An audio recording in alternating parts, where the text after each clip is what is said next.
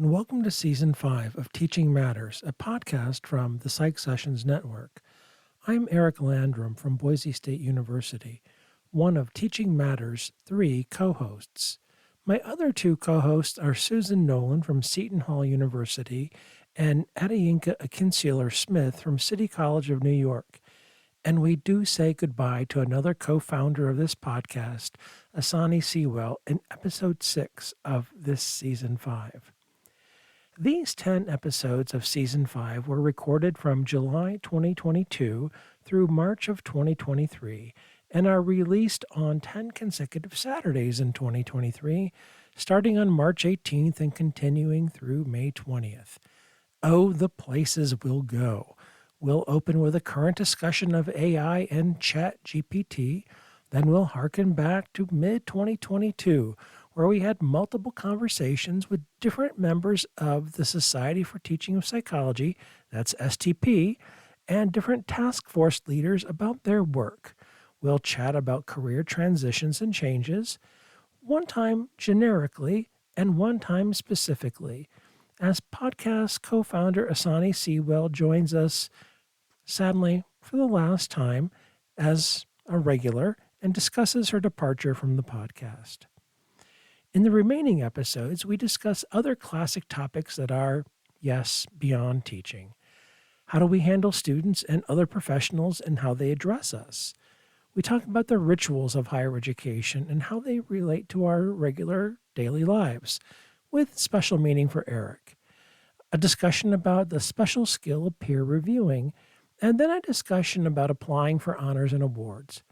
Why it's good for you, your department, and why you should apply as a role model, even if you think you might not receive the award. It's all part of the knowledge and skills that psychology professionals need to know about, the stuff that we are not taught in graduate school. That is, beyond teaching. Welcome to Season 5. I'm Yinka Akinseler-Smith from the City College of New York, New York City. And I'm Susan Nolan from Seton Hall University in New Jersey. Now, I have talked my friends into a topic here. They've had about 10 seconds of warning. And so this is what happens when you have friends who trust you. And so we'll see how this goes. Either we'll do heavy editing or we might not release it. Yes, Susan? I was going to say, this is what happens when you have friends who have strong opinions and don't really need a lot of time. or who can't say no. I'm not quite sure. I'm not quite sure what happens here. So the topic that I thought we might chat about for a couple of minutes are ceremonies or rituals. You know, the academic world is rife with these, whether it's the commencement at the end of an academic career for undergraduates, the beginning of a semester. Some universities have convocations, just the first day of class and what that means for professors and for students. We have so many rituals, even the caps and gowns that we tend to don from time to time have ritualistic meaning. And I'll tell you briefly, without getting into too much personal detail, why this is on my mind. As we're recording this, the coming Saturday in November, my 31-year-old daughter Allison is getting married, and so I become the father of the bride, and there are certain rituals that I will be performing there. Also, in the extremely near future, my lovely wife Lisa has a birthday, and it's one of those ones that ends in a 5 or a 0. So it's one of those momentous ones where there's also rituals and ceremonies involved, and so this topic is kind of top of mind for me, and I've talked to my dear friends Susan and Yinka into segueing into what does this mean in the academic world. I think this is a really wonderful topic. And just to throw one more thing into the mix are the small idiosyncratic rituals at different institutions or in different departments. Just as one small one at Seton Hall, on our green, we have the university seal in the middle of the green in kind of it's not concrete, but you know what I mean? It's probably like marble or something. And if you step on the seal, you'll never graduate from Seton Hall. Ooh. So it's quite hilarious to see the students, packs of them walking across the green, and they go around the seal. And because I don't want another degree, I every once in a while step on it to make sure I won't go back to school. And the students are horrified. I mean, just really. So I think these rituals are really important in tying us to a place, but the convocations, the commencements, but also these smaller ones on a day-to-day basis. So interesting. I have to confess, I don't know of any that we have at City College, like the one you're talking about, Susan, the avoiding stepping on something that's on the ground. Is that because CCNY is such a commuter school, perhaps, or at least before COVID, it was a commuter school? Or I'm not going to say. It may just be that I just don't know. well, but Yinka, you do tend to teach graduate students exclusively, correct? I do teach undergrads as well, but it is true that we are largely a commuter school. We only recently added residences. Yeah, so it may be that those Yeah. rituals are slow to emerge. Do you have any rituals Yeah, like but- that at Boise State? We have the very famous blue turf. And so I think there are some things around the blue turf and tailgating on, home football game weekends. I don't think there's anything like a physical landmark on campus. It's not like they toilet paper the president's home or anything like that. That's like landmarkish like you have. But it could be that, the end of the first week of school, everyone gather, there's ones that are like that too. Yeah, we have a really weird thing. It has an odd label. It's called Dead Week. And so we have 15-week semesters followed by a week of exams. And it's an odd label. Dead Week is our 15th week of the semester. And Dead Week is a week where, in theory, no instructor on campus can give an exam because exams are meant for finals week, the 16th week. So it's like a reading week elsewhere. It's supposed to be a reading week. Now, in theory, you could give a quiz, you could give a review, you could have a paper due. And I have no idea where the term Dead Week came from. It's probably a very terrible label. Maybe the campus is supposed to be dead. Maybe by then students' brains are dead. I don't know where that label comes from, but that is certainly a Boise State tradition, Dead Week. Mm-hmm. And these are the things that I think students look back on, having this connection that might be like when they give their top 10 list of, idiosyncratic things about their school. Yeah. Yeah, absolutely. About the convocations and the commencements, I think creating these traditions, we have a relatively new, like a few years old College of Arts and Sciences convocation that they're requiring students to go to through various mechanisms that involve, like, I don't know, getting housing status. I don't even know what they do, but they basically make them go. And they're starting some just really nice traditions through that. And I think that's really important for a first year student. Yeah, in the summer, and actually, I think in the winter they're doing it now too. We have a convocation for parents and students the week before classes start, and at the end of those activities, all the new students with their parents, before the parents are dismissed to leave campus to let their students, learn to fly, they file on to our blue turf, Bronco Stadium, and they form in the shape of our, Nike certified Bronco B, and an aerial photo is taken. And they do that annually, and they give that to the parents and students, and that is an Really amazing nice marketing tool. And Yeah. people find themselves, hey, we were on the B there. Yeah. Actually, one of my colleagues, Irina Babic, just had her own student, Maria, start in the fall. And I actually happened to see them on campus the day they did that.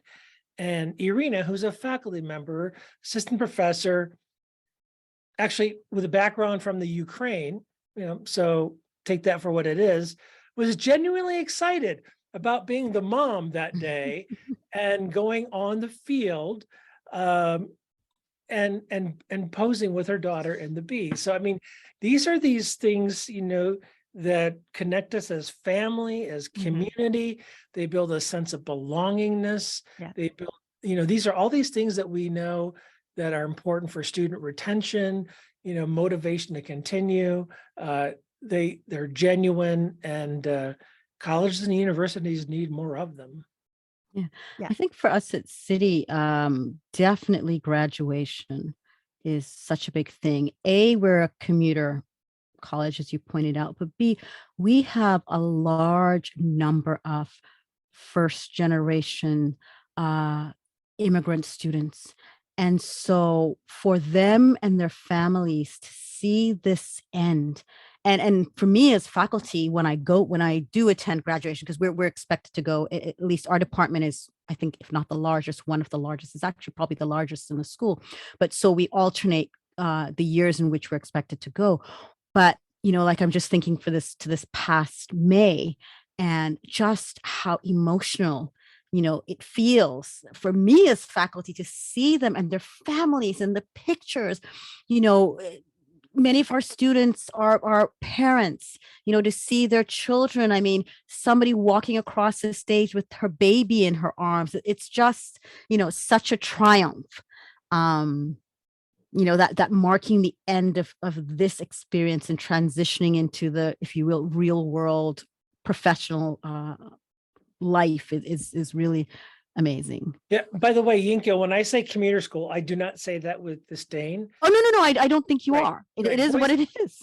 Right. Boise State is 85% commuter. So just to be clear about that. Yeah. I what you're saying about the importance of commencement. My cousin years ago, would have been 1995. She was graduating from George Washington University in DC, and her whole family traveled down for her graduation. Everybody was ready. And then there was horrendous rain and lightning. And they were prepared. I think they might have been prepared for rain, but they were not prepared for a thunderstorm and lightning. And they had to cancel graduation. It made the Washington Post. People had come from all over the world. GW has a very international undergraduate population.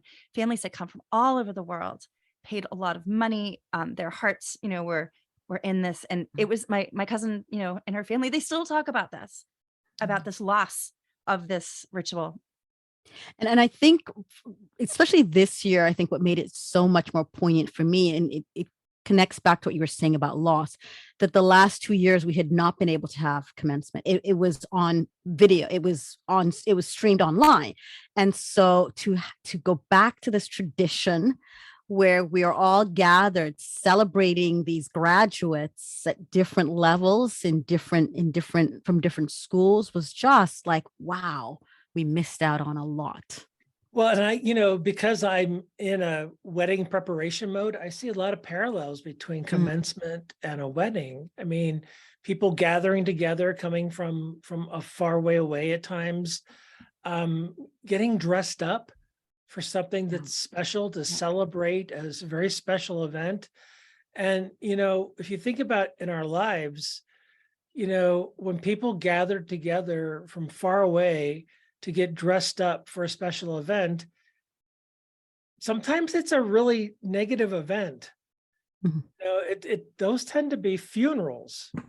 And so when they're happy events like weddings or commencement, it's really something to be celebrated and be joyous about. So Susan, your example of it getting canceled because of weather or day of, yeah. Yeah, your example of the COVID cancellations, and even with replacement ceremonies online, the disappointment for our students was palpable. They weren't going to get to have a commencement where people came together in a hot building that wasn't cooled enough and cram in there and have to get tickets and had to deal with a parking hassle.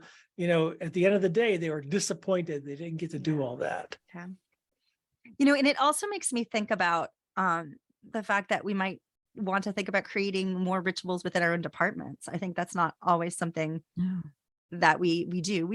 Our department, we do have a ceremony toward the end of the year where we give awards and do the Psi Chi, International Honor Society and Psychology inductions and things like that. And everybody really does look forward to that. But I bet there are ways in which we can create small, rituals, the equivalent of the don't step on the seal kind of ritual, as opposed to the bigger ones like an award ceremony and a Psi Chi induction.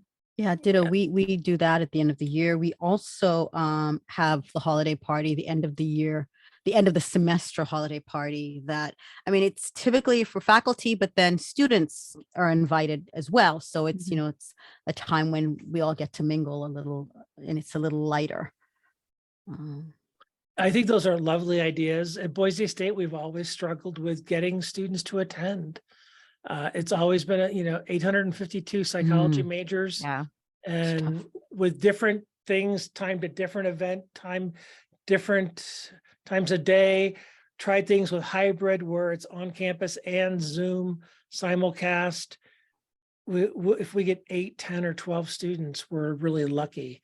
So we've never hit that sweet spot of how can we provide programming. We're still trying, and we've adjusted our goals and our aims, but it's still a struggle for us. Mm-hmm.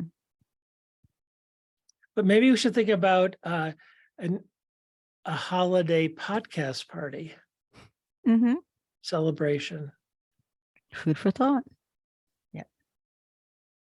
I was just thinking you could do something like a scavenger hunt. I know we do it for, not for my department, but part of the orientation it's just on the website. They have to go find all these things, and they get to learn about Seton Hall, and then there are prizes. But you could do that within the psych department. Like, here are things, that you need to check off your list. And then, they turn in their completed scavenger sheet by emailing it to, say, a work study. I could imagine coming up with something like that would work asynchronously and with a lot of people, and it would make them, be goofy a little bit, Go find the earliest publication of Susan Nolan in Psych Info, for example. Right, something like that. Yeah. Or find out how many rats live in the department right now. Oof. I I wish we had a rat lab, but then again, I wish they had Skinner boxes to train them into. We have Skinner boxes. Actually, I don't think we have rats right now, but you'd have to ask My undergrad. because of the Wow. pandemic. Mine too. Yeah. You took me back. Oof. Yeah. Mine too. Oof. Rats in a Skinner Yeah. box. Yep. Yeah. Give me Did those that. Sprague Dolly rats with their Mhm. beautiful red eyes any Oh. day. Yeah. Yeah. Ratty. Yeah, these are really good things to think about. And it, sometimes as a faculty member, I'm like, oh, I don't really want to go. But then when I go, I'm always happy I went. So that's a really good reminder. Yeah, as department chair, it's been my pleasure. I go to every commencement, and I to be fair, in my career, I've waxed and waned. Sometimes if I've got a student that I'm really proud of, I'll go willingly. Sometimes it's been, I don't really want to go to commencement, whatever. But I'm now in this point in my career, I go partly because I'm department chair, partly because I can enjoy it whether I've got a student graduating or not. And probably because, if I'm perfectly honest, I probably don't have that many more commencements left in me. So I probably need to just kind of seize the moment and appreciate it for what it is. I remember it being in grad school, and we got a master's partway through our doctorate. I was at Northwestern University, and there were 4 of us who were going towards our clinical PhDs in my year. And we were like, well, everybody else, like a lot of people were like, well, we're not going to walk for the master's because it's just getting it along the way, and we'll just go for the doctorate. But the 4 of us decided, what the heck? We might not even get our doctorate the same year. We don't have to have our families come. Let's just do it. So we did it. We got the caps and gowns, and we went to our master's graduation, and we had a blast. I think actually one person's mother came, and one of my brothers came to surprise me. It was just, and I realized how much it meant, right? I mean, it really is. I did a similar thing too. No, and then, I mean, for me, it's always been, I've never quite grasped people who don't want to go to their graduations. Right. With mine, if I had, I actually, it's a notion that would never have entered my head because all my family was going to be there. And if I wasn't going to go, they were going to drag me there. So it was just never, well, no, I don't think I'm going to go. No, we're all coming and you're going. That's great. All right. So I should not tell this story. So my undergraduate, my mother got the diploma framed very nicely.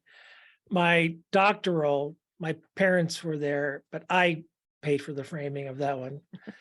But my master's degree, not only did I not go, but I think it's a coaster at home, upside down on some coffee table. And I did not go to the master's degree. I got mine along the way. Actually, it's buried in some box somewhere. I was once telling students about this. I said, do one of you want it? And they go, yeah, we'll take it. Like, it would have no value to them. And of course, it has some value to me, but it was one of these, like Susan said, along the way. And so I should probably have assign more value to it. Yes. Well, Paul Newman was speaking, so that was, another Incentive. Well, and was there like a free salad dressing attached to each No, but diploma holder? my doctorate was Ruth Bader Ginsburg. That was really cool. Well, when RBG is the speaker, you gotta go no matter what. Totally. Yeah, absolutely. Well, I thank say you. though, last thing, I say get rid of the fancy celebrity speakers. I say make it about the students. That's my. Well, other than I think the undergraduate students probably do get excited with the celebrity speaker. There's often a controversy, Well, and like get rid of that. Let me tell you, Michelle Obama came to ours at the end of Obama's, like at the end of that tenure, and wow. Okay, I take it back. Wow. I promised a controversial opinion, I guess. Yeah. Well, but Susan, maybe you're getting at the difference between celebrity and famous. Yes. So maybe a famous person like Michelle Obama is good. Who has something to contribute. Right. Who has some gravitas. Yeah. But maybe someone who's YouTube celebrity. Right. No. A novelist, an astronaut, a scientist. Yes. Right. Yeah. Someone with some societal gravitas might be a really inspiration. A Stephen King might be a really good speaker. The guys from Jackass, probably not. I'm not sure I know what that is. Oh, it's okay. It was a TV series and became a series of movies. Yeah, it's okay. Okay. On that note, thank you. Actually, Eric, this was a really great topic. I really enjoyed thinking about it. Thank you for and have fun at the wedding. And happy birthday, Lisa. Thank you so much. I'll try to get her to listen to this one because Susan and Lisa know each other. Yanka, I would love to introduce you someday. Well, you all come to New York. It's funny you invite me. It's funny how those planes fly in both directions. No. Thank you all for another fabulous episode. Thank you. So